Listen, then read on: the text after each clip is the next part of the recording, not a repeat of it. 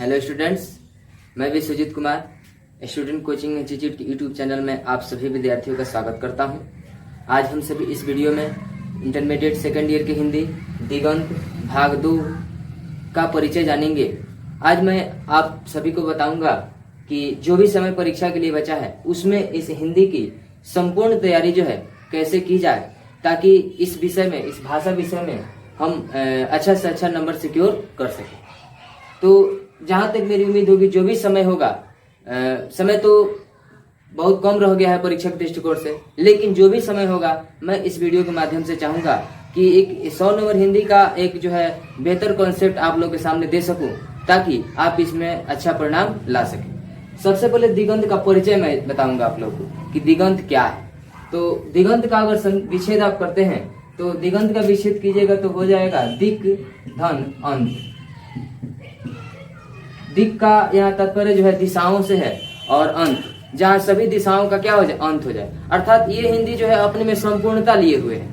ये हिंदी जीवन के सभी विषयों का, जैसे कहा जाता है कि साहित्य समाज का दर्पण है, तो समाज में जो कुछ भी घटित हो रहा है, घटित हो चुका है या हो रहा है, उन सब से जो है अवगत कराना हमारी इस भाषा विषय का काम है, साहित्य का काम है। और साहित्य चाहे हिंदी भाषा का हो या अंग्रेजी का हो या उर्दू का हो, संस्कृत का हो, साहित्य जो है बहुत अच्छी चीज है, हमें पढ़नी चाहिए। साहित्य हमें हमारे होने का एहसास कराता है।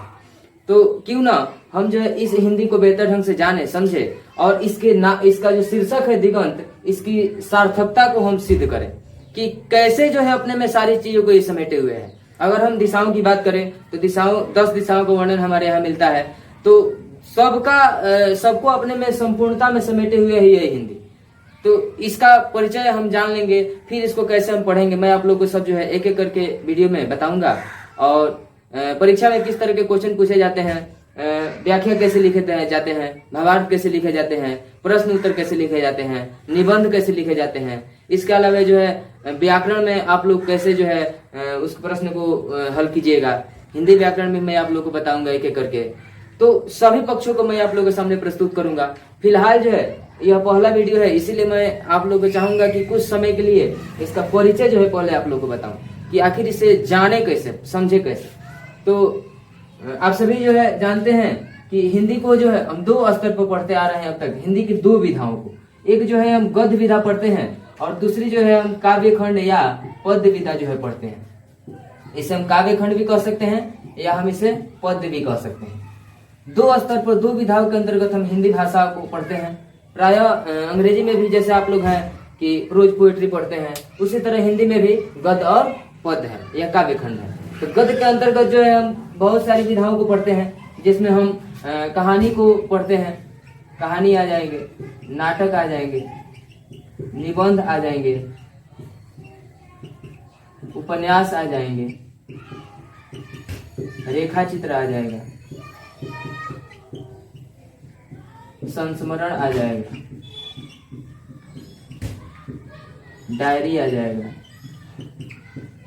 आत्मकथा, जीवनी,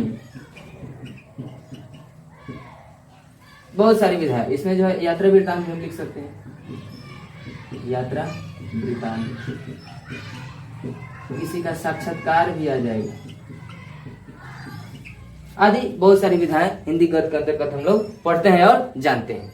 पद में जो है कविताएं हम पढ़ते हैं, इसमें कविताएं आ जाएंगी, पद आ जाएंगे, दोहा आ जाएंगे, छंद आ जाएंगे। ये सारी चीज हम लोग काव्य खंड या पद के अंतर्गत पढ़ते हैं।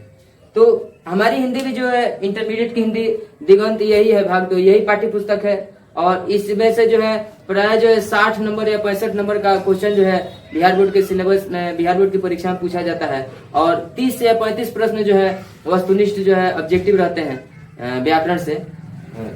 अब इसमें जो है पहले व्याकरण जो है पहले पूछता था, जिस समय ऑब्जेक्टिव पैटर्न नहीं था तो लिखना होता था, बताना होता था। लेकिन अब जो व्याकरण आ रहा है उसमें हमें केवल पहचान कर टिकअप कर देना है। तो उस व्याकरण को भी हम जानेंगे, समझेंगे। और फिलहाल जो है मैं इस पाठ्य पुस्तक का परिचय आप लोगों को देना चाहूंगा। हम सभी जानते हैं कि गद्य खंड के अंतर्गत हमें जो है कौन कौन से पाठ पढ़ने हैं, उसकी विधा क्या है और उसके रचनाकार क्या है।